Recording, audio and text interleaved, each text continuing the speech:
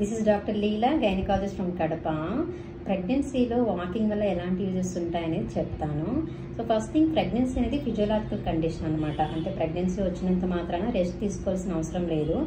కొన్ని కండిషన్స్ ఉంటాయి. అంటే ఏమైనా బ్లీడింగ్ అవుతున్నా, రికరెంట్ ప్రెగ్నెన్సీ లాసెస్ ఏమన్నా ఉన్నా కానీ, ప్లసెంటా ప్రీవియా అంటే ప్లసెంటా సర్వీక్స్ మీద కవర్ అవుతున్నాయి. ఇలాంటి కండిషన్స్ రెస్ట్ తీసుకోమని చెప్తాం. సో మిగతా వాళ్ళందరూ ప్రెగ్నెన్సీలో వాకింగ్ అనేది చేయాలన్నమాట.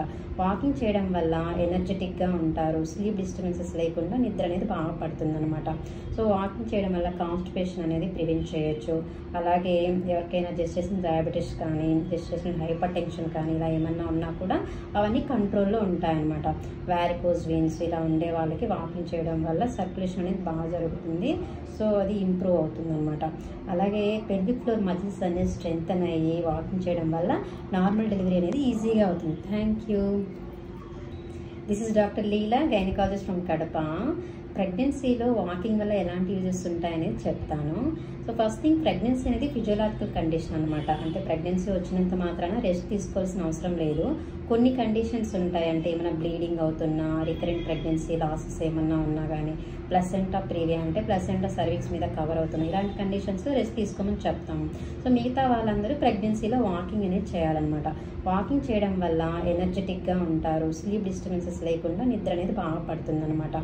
సో వాకింగ్ చేయడం వల్ల కాన్స్టిపేషన్ అనేది ప్రివెంట్ చేయొచ్చు. అలాగే ఎవరికైనా జెస్టేషన్ డయాబెటీస్ కానీ, జెస్టేషన్ హైపర్ టెన్షన్ కానీ ఇలా ఏమన్నా ఉన్నా కూడా అవన్నీ కంట్రోల్లో ఉంటాయన్నమాట. వారికోస్ వెయిన్స్ ఇలా ఉండే వాళ్ళకి వాకింగ్ చేయడం వల్ల సర్క్యులేషన్ అనేది బాగా జరుగుతుంది. సో అది ఇంప్రూవ్ అవుతుంది అనమాట. అలాగే పెల్విక్ ఫ్లోర్ మజిల్స్ అనేది స్ట్రెంగ్తన్ అయ్యి వాకింగ్ చేయడం వల్ల నార్మల్ డెలివరీ అనేది ఈజీగా అవుతుంది. Thank you.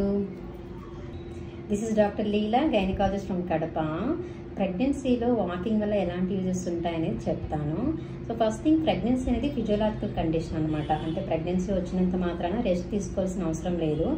కొన్ని కండిషన్స్ ఉంటాయి. అంటే ఏమైనా బ్లీడింగ్ అవుతున్నా, రికరెంట్ ప్రెగ్నెన్సీ లాసెస్ ఏమన్నా ఉన్నా కానీ, ప్లసెంటా ప్రీవియా అంటే ప్లసెంటా సర్వీక్స్ మీద కవర్ అవుతున్నాయి. ఇలాంటి కండిషన్స్ రెస్ట్ తీసుకోమని చెప్తాం. సో మిగతా వాళ్ళందరూ ప్రెగ్నెన్సీలో వాకింగ్ అనేది చేయాలన్నమాట.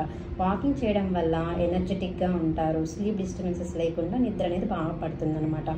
సో వాకింగ్ చేయడం వల్ల కాన్స్టిపేషన్ అనేది ప్రివెంట్ చేయొచ్చు. అలాగే ఎవరికైనా జెస్టేషన్ డయాబెటీస్ కానీ, జెస్టేషన్ హైపర్ టెన్షన్ కానీ ఇలా ఏమన్నా ఉన్నా కూడా అవన్నీ కంట్రోల్లో ఉంటాయన్నమాట.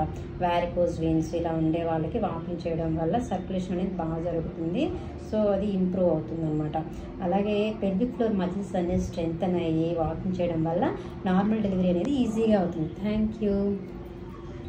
This is doctor Leela, gynaecologist from Kadapa. ప్రెగ్నెన్సీలో వాకింగ్ వల్ల ఎలాంటి యూజెస్ ఉంటాయనేది చెప్తాను.